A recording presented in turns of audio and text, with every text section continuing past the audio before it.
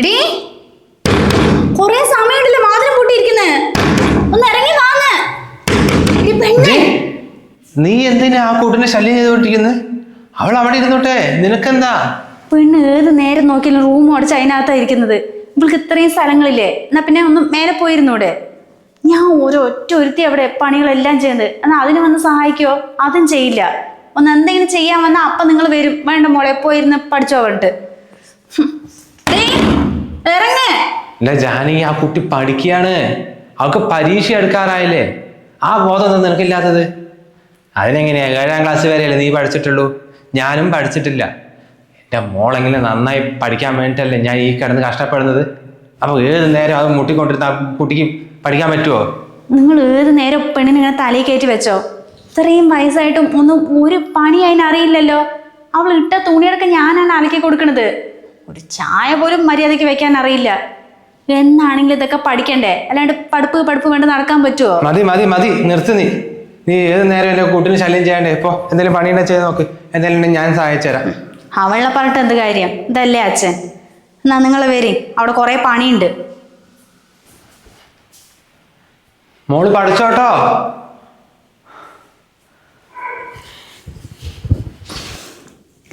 കേട്ടില്ലേ? ഇതാ എൻ്റെ അച്ഛനും അമ്മയും. അച്ഛനൊരു പാവമാണ്, എന്നെ ഭയങ്കര ഇഷ്ടമാണ്. അമ്മ കുറച്ച് വഴക്ക് പറയുന്നേ ഉള്ളൂ, പക്ഷെ നല്ല കെയർ ചെയ്യും. അവരൊക്കെ വിചാരിച്ചിരിക്കണതേ ഞാനവിടെ കുത്തിയിരുന്ന് പഠിക്കാന്നാ. പക്ഷെ നിന്റെ അടുത്ത് സംസാരിച്ചിരിക്കാന്ന് ആ പാവങ്ങൾക്ക് അറിയുന്നില്ലല്ലോ. അത് സാരമില്ല പാറു, ഇതും ഒരു പഠിത്തമല്ലേ. കോളേജിൽ പോയാൽ നിനക്ക് ആരെങ്കിലും പറഞ്ഞുതരുമോ? ഇതൊക്കെ പഠിപ്പിച്ചു തരാൻ മനുവേട്ടൻ തന്നെ വേണ്ടേ? ഒന്ന് പോടാ, ഓരോ ക്രിഞ്ചായിട്ട് വന്നിരിക്കണം. അല്ല, എന്താ പരിപാടി? എന്ത് പരിപാടി? നിനക്ക് കോളേജ് ഇല്ലാണെങ്കിൽ കുഴപ്പമില്ലായിരുന്നു. ബസ് സ്റ്റോപ്പിൽ വന്നിട്ട് നിന്നെയും കൂട്ടി ഇങ്ങനെ കറങ്ങാൻ പോയിരുന്നു. ഇത് സ്റ്റക്കായിരിക്കാടോ. കോളേജിൽ വരാണ്ട് ഫുൾ ടൈം നിന്റെ കൂടെ കറങ്ങിട്ടെ ഒരു വസ്തു എനിക്ക് മനസ്സിലാവുന്നില്ല. ഇതാണ് എക്സാം, ഇതാവുമ്പോ അറിയാം. എടാ, അറ്റൻഡൻസ് പോലും ഇല്ല. മിക്കവാറും സപ്ലൈ ആവുന്നാ തോന്നണത്. എന്ത് പഠിത്തം പാറു? അതൊക്കെ മതി. ഞാനൊക്കെ പഠിച്ചിട്ടാ. എടാ, കല്യാണം കഴിഞ്ഞു വന്നാൽ നീ പണിക്കൊന്നും പോണ്ട, എവിടെ ഇരുന്നാ മതി. ഈ മനുവേട്ടൻ നിന്നെ രാജകുമാരനെ പോലെ നോക്കും. അതുപോലെ നോക്കിയാ മതി. പിന്നെ എനിക്ക് ബൈക്കിൽ നൈറ്റ് ഡ്രൈവ് പോകാൻ ഭയങ്കര ഇഷ്ടമാണ്. കുറച്ച് മഴയും കൂടെ ഉണ്ടെങ്കിൽ നല്ല വൈബായിരിക്കൂടാ. നീ ഒന്ന് ഇങ്ങോട്ട് വന്നാൽ മാത്രം മതി പാറു. പിന്നെ നമ്മൾ ദിവസം ട്രിപ്പ് അയക്കില്ലേ? അടിപൊളിയായിരിക്കും ഇവിടെ നമ്മുടെ ലൈഫ്. കേൾക്കുമ്പോ തന്നെ കോതയാവണം. നീ പറഞ്ഞ പോലെ പാടപ്പൊക്കെ നിർത്തിട്ട് വേഗം കല്യാണം കഴിക്കാനാണ് തോന്നുന്നത്. ആകെ ബോറിംഗ് ആവുന്നടോ. എന്തായാലും ലീവല്ലേ, നമുക്ക് പുറത്തെവിടെയെങ്കിലും പോയാലോ? അതാണ് ഞാനും ആലോചിക്കുന്നത്. പക്ഷെ ഫണ്ടിന് ചെറിയൊരു ഷോർട്ട് ഉണ്ട്. വേറെ ഒന്നുമല്ല, ഇന്നലെ റിലേറ്റീവിൻ്റെ കല്യാണം ഉണ്ടായിരുന്നു. അപ്പോൾ കുറച്ച് പൈസ ഞാൻ അമ്മൻ്റെ ആയിട്ട് കൊടുത്തു. ഇപ്പോൾ സ്റ്റക്കാണ് ഞാൻ. അത് സാരമില്ല, നീ ബൈക്ക് കൊടുത്ത് വന്നാൽ മതി. എണ്ണ അടിക്കാനും സിനിമ ടിക്കറ്റിനും ഭക്ഷണം കഴിക്കാനല്ലേ, അത് ഞാൻ അച്ഛനോട് എങ്ങനെയെങ്കിലും ഒപ്പിച്ചെടുത്തോളാം. അത് നീ ചോദിക്കുമ്പോഴേക്കും അച്ഛൻ പൈസ തരുമോ? അല്ല, എന്ത് പറഞ്ഞ് ചോദിക്കും? നിന്റെ ഒപ്പം കൂടിയ പിന്നെ കള്ളത്തരം പറയാനൊക്കെ ഞാൻ പഠിച്ചു മോനെ. അല്ലെങ്കിലും ഞങ്ങളെ പോലുള്ള പെൺകുട്ടികൾക്ക് അച്ഛനും അമ്മൻ്റെ അടുത്ത് കള്ളത്തരം പറഞ്ഞ പൈസ വാങ്ങിക്കാൻ നല്ല കഴിവാണ്. എന്തായാലും ഞാൻ പൈസ ഒപ്പിക്കാം. നീ വരാൻ റെഡിയാണ്? ഞാൻ എപ്പോഴോ റെഡി. നീ എന്താ പ്ലാൻ എന്ന് മാത്രം പറഞ്ഞാൽ മതി.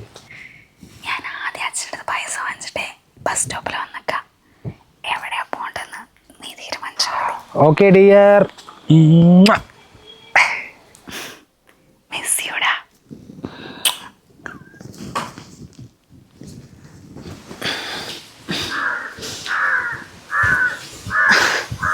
അച്ഛാ, മോളെ പഠിത്തം കഴിഞ്ഞോ?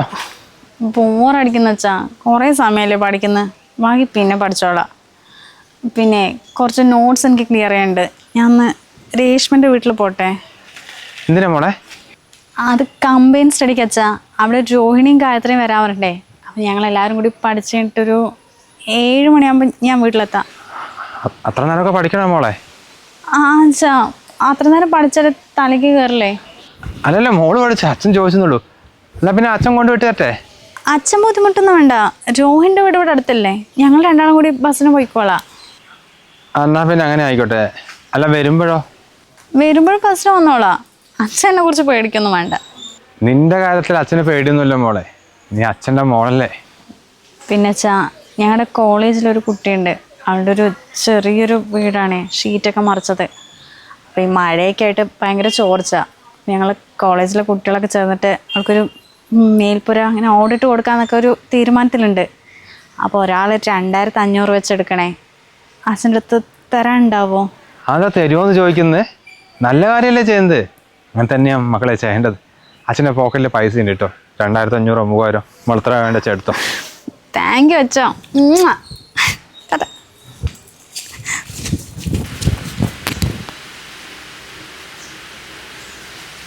അളിയാ, നീ നമ്മുടെ രാജുവണ്ണൻ്റെ കല്യാണത്തിനൊരു ഷർട്ട് ഇട്ടില്ലേ, അത് തിരുമ്മിയിട്ടുണ്ടടാ.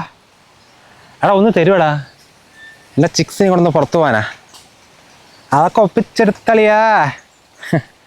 അങ്ങനെ വല്ലതും ചെയ്തോ, എന്നാലും നടക്കുള്ളൂ ഈ കാലത്ത്. അല്ല നിനക്ക് എൻ്റെ സ്ഥിതി അറിഞ്ഞൂടെ, ചോറ് നൊലിക്കുന്ന പോലെയാണ്. എപ്പോഴാ തലയിൽ വീഴാന്ന് അറിയില്ല. പിന്നെ അമ്മ തൊഴിലുറപ്പിന് പോയിട്ടാണ് ഇവിടെ ജീവിക്കുന്നത്. അച്ഛനാണെങ്കിൽ ഏത് നേരം തണ്ണി റോട്ടിലല്ലേ കിടക്കുന്നത്.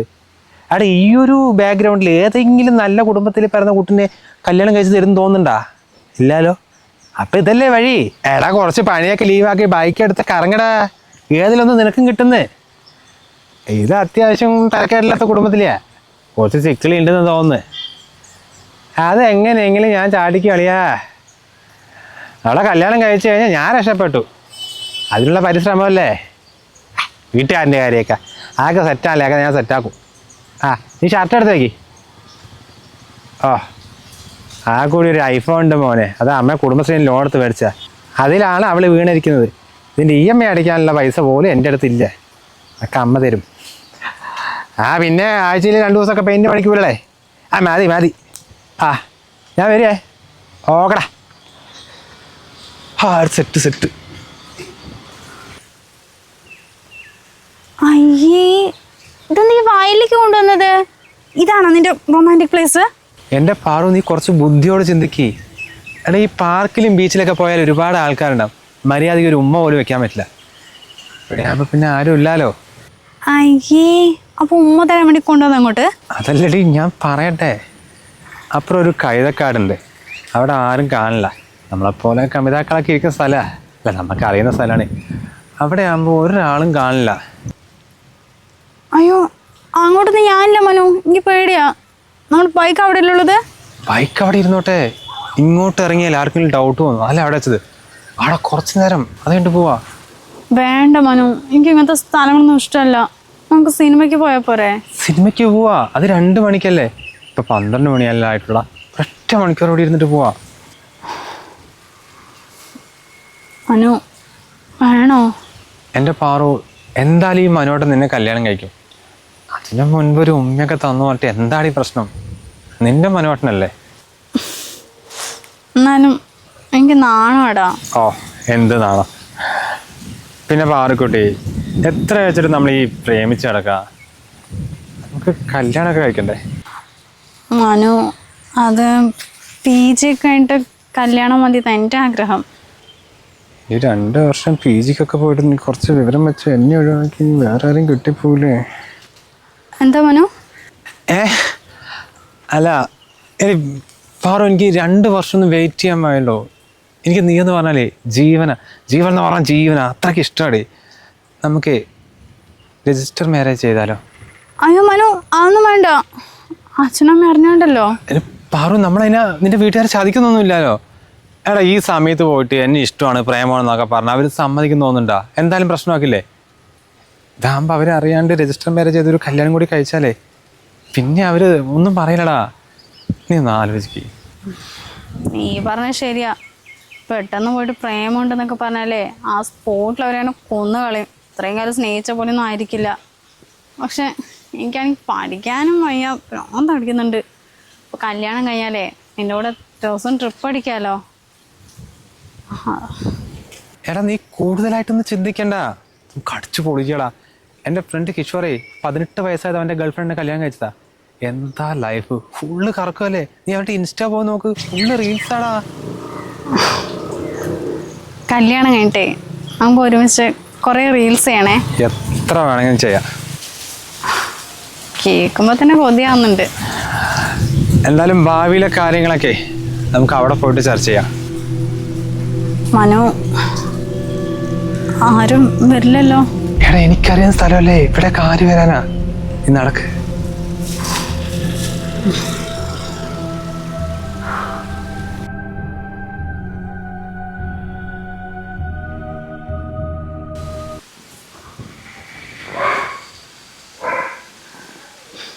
കൃഷ്ണേട്ടാ, കുറേ നേരമായിട്ടേ മനസ്സിനെന്തൊരു ടെൻഷൻ പോലെ. ഞങ്ങൾ ഫോൺ എടുത്തിട്ട് പെണ്ണിനൊന്ന് വിളിച്ചു നോക്കേ. ജാനകി, അവര് കൂട്ടുകാരൊക്കെ കൂടി പഠിക്കാൻ പോയതല്ലേ, അതിനിടയിൽ ഫോൺ വിളിച്ച് ഡിസ്റ്റർബ് ചെയ്യണോ? ഇനിയിപ്പോൾ വിളിച്ചിട്ടും കാര്യമില്ല, ഫോൺ സൈലൻ്റ് ആക്കും പറഞ്ഞു. കുറേ ആൾക്കാരില്ലേ. നിനക്ക് പ്രഷറോ ഷുഗറോ കൂടുകയോ കുറേ ചെയ്തു, അതാണോ? അതിൻ്റെ ഒന്നല്ല, കുട്ടികൾ പുറത്ത് പോയിട്ട് എന്തെങ്കിലും ആപത്ത് വരുമ്പോഴേ ഞങ്ങൾ അമ്മമാർക്ക് പെട്ടെന്ന് മനസ്സിലെന്തോ നിങ്ങളൊന്ന് വിളിച്ചു നോക്കിയവളെ. എൻ്റെ ജാനകി, അതൊക്കെ നിന്റെ തോന്നലാണ്. അല്ലെങ്കിൽ നമ്മുടെ കുട്ടിക്ക് എന്ത് സംഭവിക്കാനാ? നമ്മ രണ്ടാളുടെ പ്രാർത്ഥന ഇല്ലേ? എന്തായാലും ഈ PG കൂടി കഴിഞ്ഞിട്ടേ നമുക്ക് അവളെ കെട്ടിച്ചയക്കാട്ടോ. ഓ, കല്യാണമൊന്നും ഇപ്പോൾ വേണ്ട. അവിടുത്തോളം പഠിക്കട്ടെ, പഠിച്ച് ജോലിയൊക്കെ കിട്ടിയിട്ട് മതി. അല്ലെങ്കിൽ എൻ്റെ കുട്ടിക്കും അത് തന്നെയാണ് താല്പര്യം. ഈ ദിവസം പേപ്പറിലൊക്കെ ഓരോ വാർത്ത വരുമ്പോഴേ പേടിയാവുക.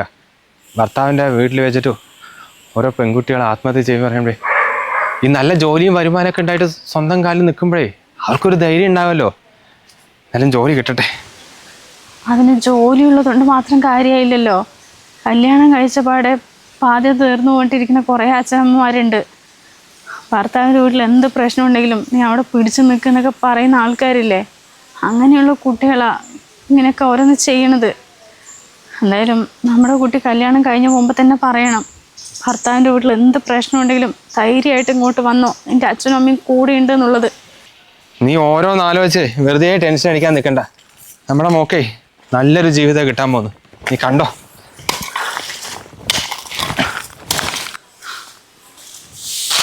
മനു, നീ പതുക്കെ വന്നാൽ മതി, ഞാൻ ആദ്യം പോവാ. എന്ത് പേടിയടി. എന്നാ ചെല്ലേ, ഞാൻ പിന്നെ വരാം.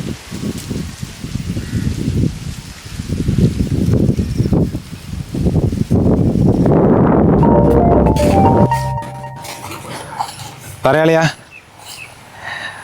എടാ ഞാൻ എൻ്റെ ചിക്സിനെയും കൊണ്ടേ നമ്മുടെ വയലിലെ ഹിഡ സ്പോട്ടില്ലേ, എടാ നീ നിൻ്റെ പെണ്ണുമായിട്ട് വരില്ലേ ആ സ്ഥലത്ത്? എന്താ നടന്നോന്ന് ചോദിച്ചാൽ ഒരു ഫ്രഞ്ചൊക്കെ അതിൻ്റെ ഒരു കിടിലൻ ഫോട്ടോ എടുത്ത് വെച്ചിട്ടുണ്ട് അളിയാ.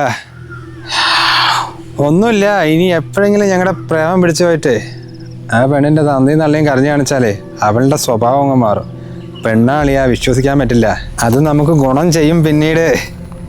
എടാ ഈ ബെടക്കാക്കി തലക്കാക്കിയെന്ന് കേട്ടില്ലേ, അതന്നെ സംഭവം. അല്ലെങ്കിൽ നമ്മളെപ്പോലുള്ള ചെക്കന്മാർക്കൊക്കെ ആരടാ പെണ്ണ് തരാൻ? ഇതിനെന്തായാലും ഞാൻ കേട്ടു കളിയാ. ഇനിയിപ്പോൾ ഒരു സിനിമയ്ക്ക് കൂടി പോകുന്നുണ്ട്, അപ്പോഴേക്കും ഓക്കെയാണ്. ആ ശരി ശരി.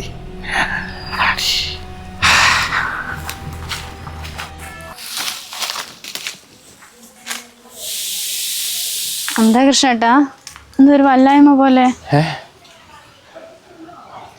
ഒന്നുമില്ല. അല്ല നീ നേരത്തെ പറഞ്ഞില്ലേ മക്കൾക്ക് എന്തെങ്കിലും സംഭവിക്കുമ്പോൾ നിങ്ങളുടെ അമ്മമാരുടെ നെഞ്ച് കിടന്ന് പിടയ്ക്കുന്നേ.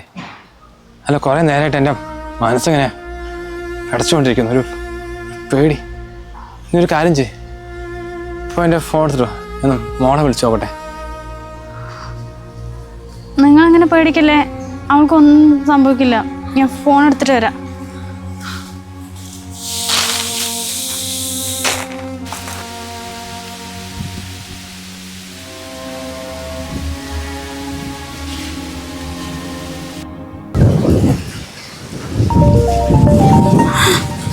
അച്ഛനാണല്ലോ.